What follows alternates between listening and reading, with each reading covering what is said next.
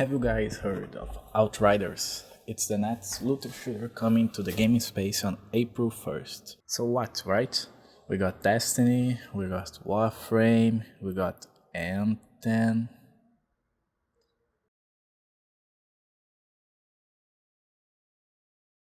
Oh no. Anyway, Outriders is a third-person looter shooter and as the dev said, not a live service. I'm surprised and curious to see how they will keep the community engaged. As of this video, they said the game will ship complete with no plans for DLC yet. So I've been playing this game demo for the last week, farming the same missions over and over and over. And it's fun! I really didn't expect to have this much fun with a demo. It has 3 side missions and 5 story missions, which the story is, well, it's made by People Can Fly. They made Bulletstorm. Take that as you want. I for one will enjoy the goofiness of this premise.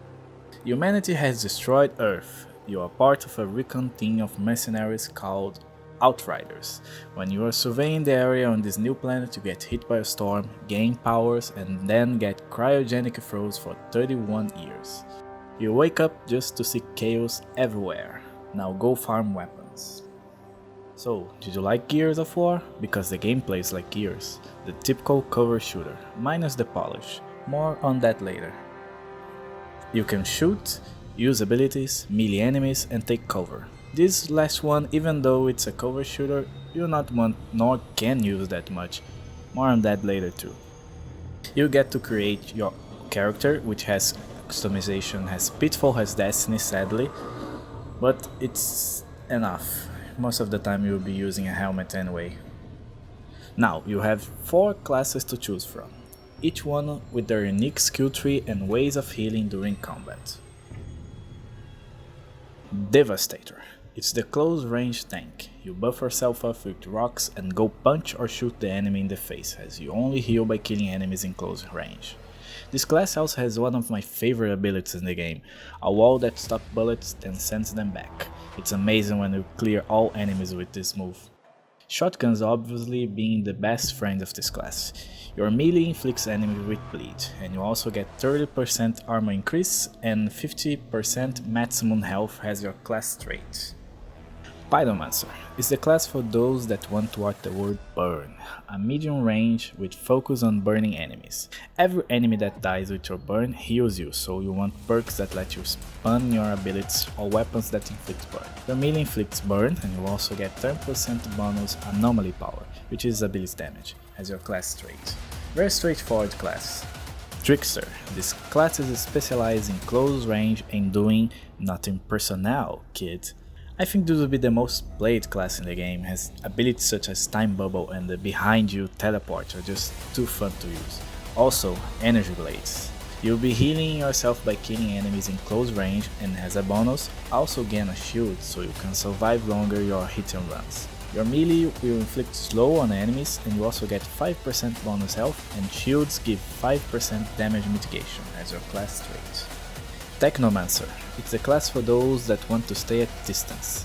It's classified as a support class because of all the ways you can freeze your enemies. You deploy turrets that freeze the enemy or shoot a barrage of missiles, throw grenades, and apply poison on your weapons. It's better for you to stay at a distance with a sniper, but nothing stops you from going ham as you heal a percentage for the damage dealt with weapons and abilities. Your melee will freeze enemies and you also get 50% bonus long range weapon damage, 50% ability and weapon leech as your class traits.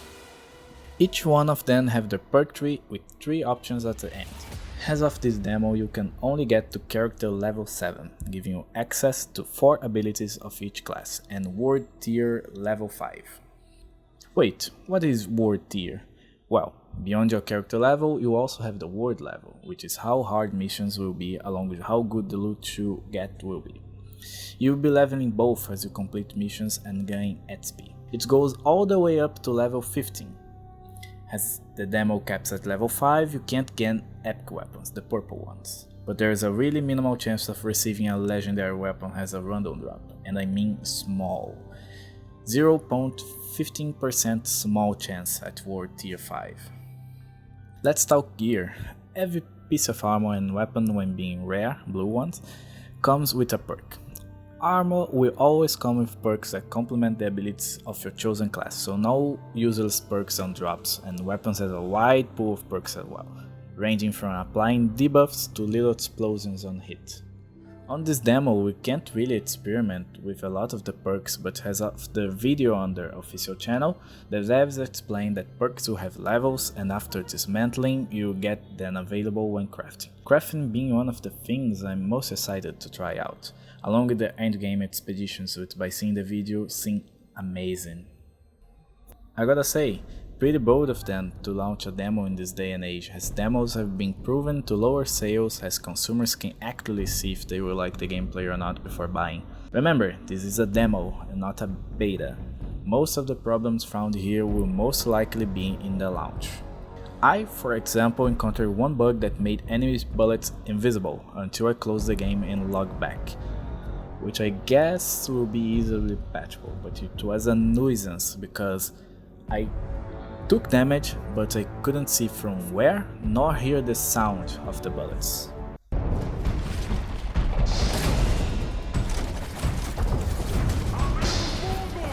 But one thing that is core and won't be changed is the cover system.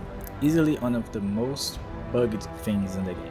You'll be seeing your character standing still taking shots to the head instead of taking cover, or going to the wrong cover, getting up instead of vaulting. Luckily, as the enemies constantly throw grenades or rush you, you need to be out of cover a lot to run, dodge and shoot. I guess that evens out, even though it will annoy a lot of people. At least the devs have been very communicative in the Outriders Reddit and Twitter. They even patched a lot of things on this demo, which I didn't expect them to do. There is also the problem with the cutscenes. For some reason they shake like they were in the middle of an earthquake when filming. I understand if it's in the middle of a battle or a fight, but all casual conversations have that shaky cam and I have no idea why or who thought it was a good idea. Here's an example that I put a head frame just so you guys can see how shaky it is.